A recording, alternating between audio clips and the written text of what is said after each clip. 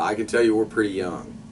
You know, we have a couple girls out, older girls that are out right now, injuries, and we're hoping that we'll get them back. But there's a lot of inexperience in there, and I think the hardest thing for a team to do, especially we have 7 new faces on our squad, and it's trying to learn the characteristics of your teammates, and that's the difficult part right now.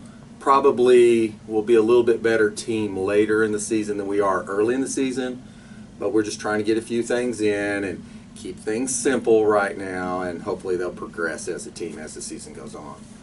Yeah, you have 7 newcomers and then one girl who's didn't play last year, and Haley. Yeah, so I was going to start there with the senior class. Yeah. She's been around for a while. She has. She's probably a great leader for you. She's probably eager to get back on the court too. Yeah, you know, she kind of got banged up a little bit yesterday, and I'm kind of a little worried about the situation, to be quite honest. So she's kind of up in the air. We're going to go see the doctor this week and see how that turned out.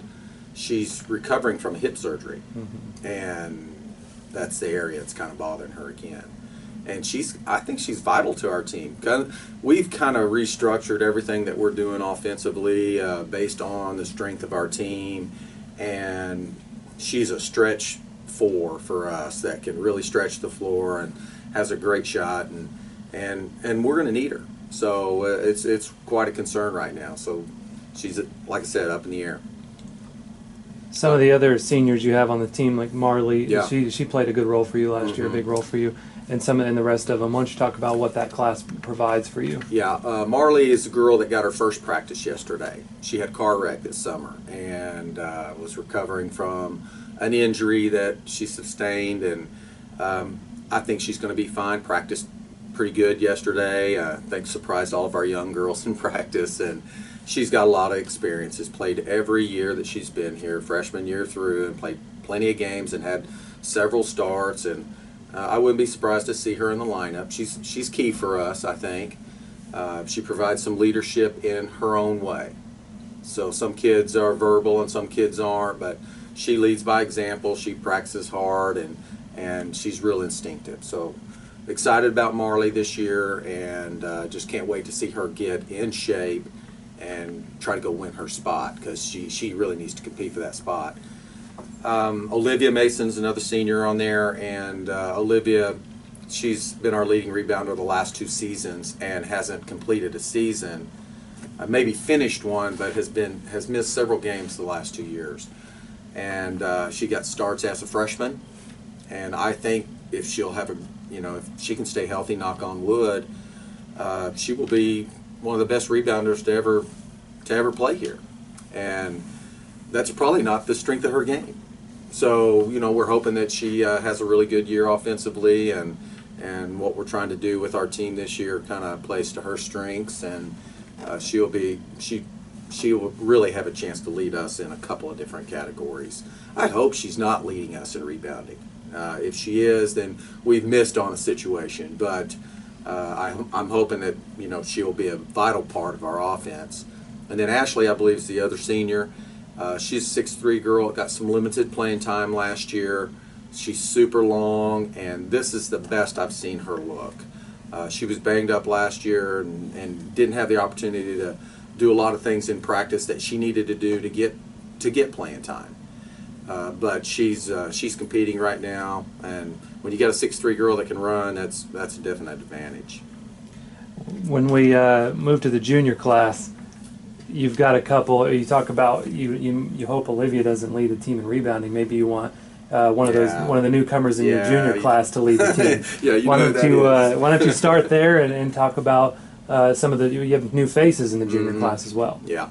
Well, I'm sure you're referring to Jashawn Cooper. She's 6'5", and I think she's taller than that. I mean, she's the tallest woman I've ever seen, and just a blessing to be around.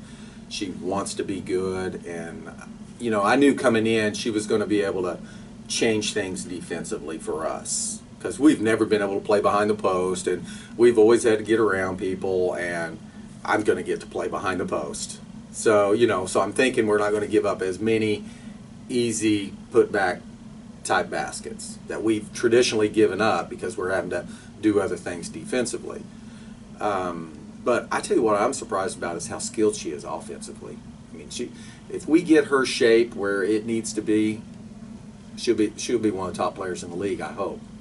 So excited about her. She's my only out-of-state girl. You know how it is. We're the all-Oklahoma team. But really, really good kid, good player. Another junior in there that is Megan Womack. She was a starter most of the season last year, and then we started playing a little bit smaller at the end of the season. But she still played a lot of minutes and was one of our best rebounders last year, and I think she'll still play a pretty big role for us this season. And then Melinda Morello's a junior, and she's a point guard that's coming in from NEO. She's actually from Guthrie, Oklahoma, and just right up the street here. So we feel very fortunate to get her because she's a mid-major D1 player, and but she wanted to be here. And I think we're probably going to hand her the ball from day one at that position. She's got real leadership ability, and when I say that, I mean she's the cheerleader in the gym. She's a verbal leader. She made a statement to me, "Coach, I can't wait to get the freshmen in here and get to work with them." I mean, kids don't say that, yeah. you know. So she's one of those players that's thinking about everybody getting better, and so love her. We go to your sophomore class, and you've got girls Madison, Sadie, and Blake, who they got some playing time as freshmen. They've got some experience. What do you kind of expect girls to perform in year two? Yeah, we're hoping Sadie gets healthy. You know, she tore her ACL last year, and it was a really bad injury. She, you know, as of right now, going into the season, she's probably not ready, and you know, we will make that decision a little bit later. And this is a girl that started the first few games as a freshman last year. Really, I'm a real believer in her, but the last thing I'm going to do is jeopardize her health if she's not ready. You know, it's not her last go-around. She has several years ahead of her, and we're going to watch this closely with Sadie. So kind of hoping that she gets healthy and can help this team. Blake's a girl we played every game last year as a freshman. We did that intentionally with a couple of those girls because I thought Blake and Madison both would be competing for starting positions this year. So we made sure their freshman season we were going to get them as much experience as we could, but we had 4 legit seniors last year that were good players.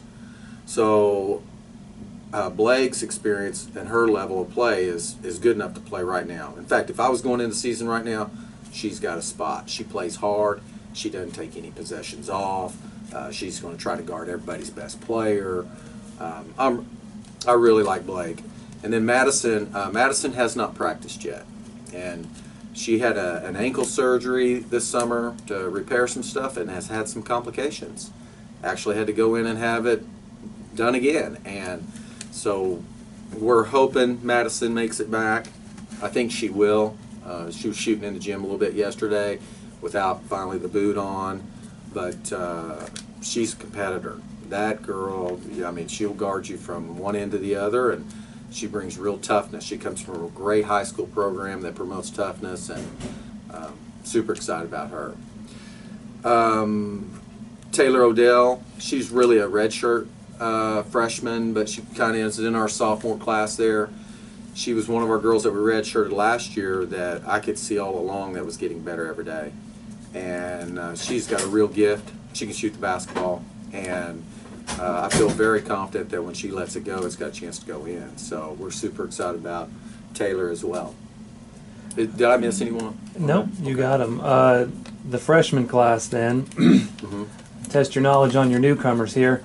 What do you expect? You've played freshmen for, you always do. You try to get them on the court, you try to get them some minutes. So what do you expect from this group of girls, this freshman class, and getting them into the college game? Well, you know, my assistant, Heather Davis, just is a tremendous recruiter. And I think this might be the best class of freshmen we have ever signed. And I'm lucky to have her. I feel blessed to have Heather.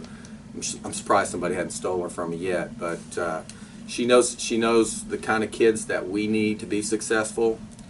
She went out and got Shatoya Bryson who I think is a Division I player. Her brother played here at UCO for Coach Evans. I think she's a next level girl. If I was going into the season today, she'd be in the lineup. And we have always played freshmen, and the reason we do that is because we're about developing kids. This program has never been about the quick fix, you know. And I kind of look at this as I've done this twice now.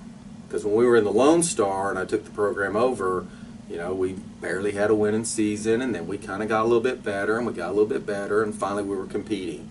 You know, we were one of the top teams in the league.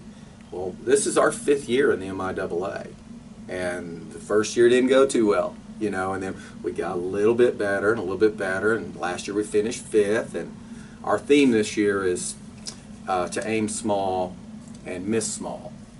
So I think sometimes we always talk about, hey, we got to get in the top 4 so that you have a chance to get in the NCAA tournament. Well, we need to be thinking, hey, we need to win the league, you know, and then if we don't win the league, hopefully we miss small and give ourselves a chance. But sorry I got off track there, but Shatoya she's got a chance to play a bunch of minutes this year. And then out of that freshman class, Ariane Smith will probably be an immediate contributor as well. She's a post girl from Midwest City High. They won Class 6A state championship last year. She was vital in that, and she is the most physical player we have in the gym. And I'll tell you something that's really nice about her is she goes slow on the post, and that's hard to teach. Those kids get in a hurry, and her instincts, she feels confident with the ball. She's never in a hurry. We have another freshman named Gabrielle Johnson. Gabby is 6'2" and the best athlete in the gym. She's recovering from an ACL injury. At the end of the season last year, finished the playoffs playing with no ACL. And so she's not released. She hasn't had a total rehabilitation on that knee, but she's getting there right now. And our doctors are doing a really good job getting her back on her feet. Right now, being uncleared, she wins every sprint. So here's a 6'2" girl that's the fastest girl in the gym, and I have no idea how good she's going to be. And I don't know if she's going to be ready this season. I just know she's going to be a great player. Nautica Butler is a freshman from Cache, Oklahoma, and we've got her playing the guard spot, the point guard spot. She's tough. She's a tough kid, and she brings toughness to that class of kids. So she'll come in and compete, and it's got a smile on her face, and she's a developer for us this year. So we're hoping that she gets better as a player. And then Summer Jones is I think maybe our last freshman. I hope I haven't skipped somebody. But Summer is she's gifted. She's a girl who's also recovering from an injury in high school and had a couple looks at a knee issue. But when I say she's gifted, if you just go in the gym and just watch them shoot, I mean, it's poetry in motion. I mean, the ball rotates so smooth, it leaves her hand so good. Every time it leaves her hand, you think it's going in. And if we get her healthy and get her side to side where she needs to be, and she might not be ready this year, but if it gets there, this girl will be a real factor because she will really stretch the defense. You've got a few more weeks until you open up. You've got Northwestern coming in here. You've got the MIAA GAC crossover here in Edmond to start the season. What are you trying to accomplish before that? You mentioned team chemistry, and you want to get some girls healthy. What are some things you're trying to accomplish? You know, deep down, this time of year, you feel like you never have enough in. We just can't get it in. You know, we're trying to run a new offense this year, and when I say trying, it really looks like in practice we're trying. I think we put in one inbounds play so far. Obviously, we went into the Northwestern game last year early in the season. You know, the 2 weeks to get ready, and we didn't have any zone offense in, and they came out in the zone. So it's tough to get ready because you feel like you can't pay attention to detail, and I hate that part because you start trying to teach things to get them ready for the games, inbounds plays, press breakers, slow down defenses, half court defenses, full court defense, quick hitters, and you get all these things in, and they're not detailed. And so then there's mistakes and there's flaws. So I think the important thing for us is we're just going to try to keep it as simple as possible right now.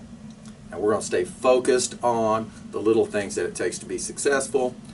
And, if we go into the season with 2 inbounds plays, that's all we have. We're going to run them right.